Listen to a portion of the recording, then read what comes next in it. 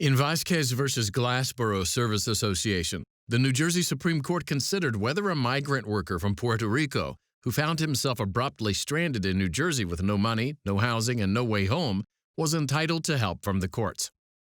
Glassboro Service Association was a nonprofit corporation that provided migrant farm labor for farmers. Under the terms of Glassboro's labor contract, a laborer paid for his own transportation from Puerto Rico to the United States.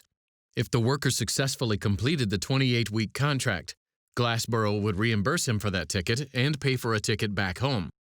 Glassboro housed the men free of charge in barracks at a labor camp. In 1976, Natividad Vasquez signed a contract with Glassboro and traveled to New Jersey to work on farms there. According to Glassboro, his work was unsatisfactory.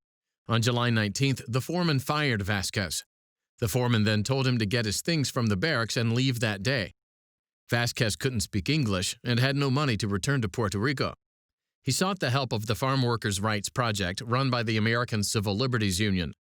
The project filed a complaint seeking an order allowing Vasquez to return to the barracks and arguing that Glassboro couldn't deprive him of the use of his quarters without judicial process.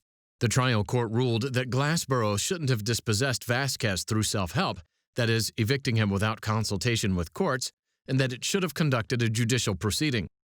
The appellate division affirmed.